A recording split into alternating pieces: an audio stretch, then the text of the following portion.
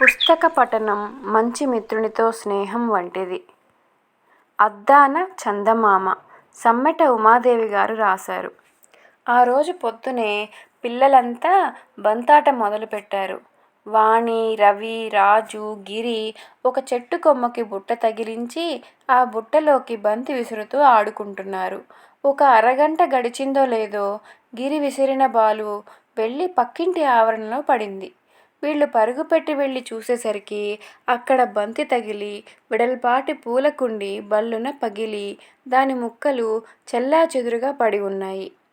పక్కింటి రాధ లోపల నుండి పరుగున వచ్చి పగిలిన కుండీని చూసింది.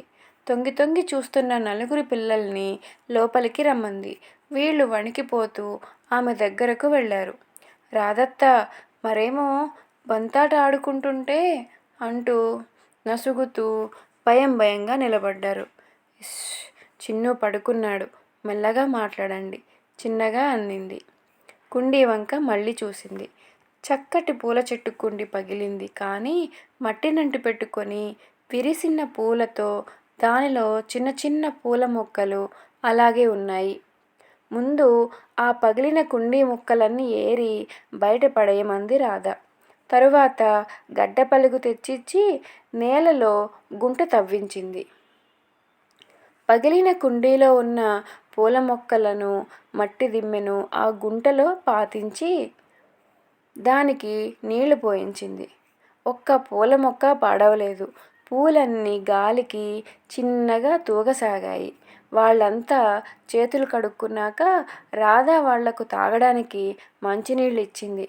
అసలు ఒక్క మాట కూడా తిట్టకుండా, మామయ్యకు చెప్పి కొట్టించకుండా మౌనంగా ఈ పనులన్నీ చేయించడం, తాగడానికి మంచినీళ్ళు కూడా ఇవ్వడం పిల్లలను చాలా ఆశ్చర్యపరిచింది.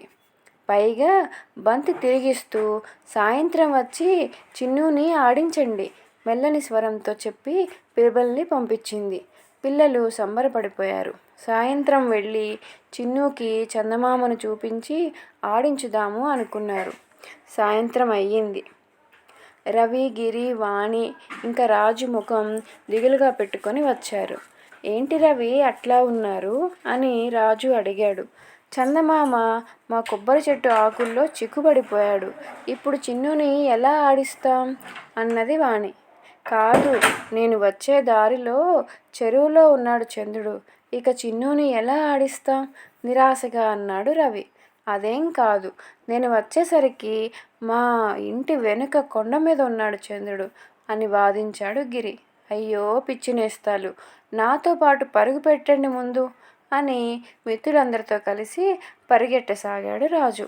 అదిగో చూసారా, ఆకాశంలోకి చందమామ మనతో పాటే మన వెంటే వస్తున్నాడు అని చూపించాడు. అరే నిజమే అంటూ ముందుకు పరిగెత్తుతూ మధ్య మధ్యలో తలెత్తి ఆకాశంలో తమను అనుసరిస్తూ వస్తున్న చంద్రుని గమనిస్తూ సంతోషంగా రాధ వాళ్ళ ఇంటికి చేరుకున్నారు మిత్రులు. రాధ చిన్నుకి అన్నం తినిపిస్తుంది. చిన్ను చందమామ కావాలని జిడ్డుగా ఏడవసాగాడు. రాధత్త, మేము మా వెంట చందమామను తెచ్చాము. ఏడవకు చిన్ను, చందమామ మా వెంటే మీ ఇంటికి వచ్చాడు అని చెప్పారు.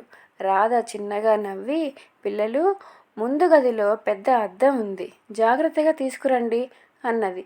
పిల్లలు లోపలికి వెళ్ళి అద్దాన్ని భద్రంగా తెచ్చారు. దాన్ని చిన్ను ముందు ఏటవాలుగా నిలబెట్టింది రాధ. అందులో ఆకాశంలో చందమామ రెండూ కనపడ్డాయి. పిల్లలు మురిసిపోయారు. చూడు చిన్ను, నీకోసం ఈ పిల్లలు చందమామను తెచ్చారు అని చూపించింది రాధ. చిన్ను కిలకిలా నవ్వుతూ చందమామను చూస్తూ పాలబువ్వ తినసాగాడు. పిల్లలు సంతోషంతో నవ్వుతూ మురిసిపోయారు.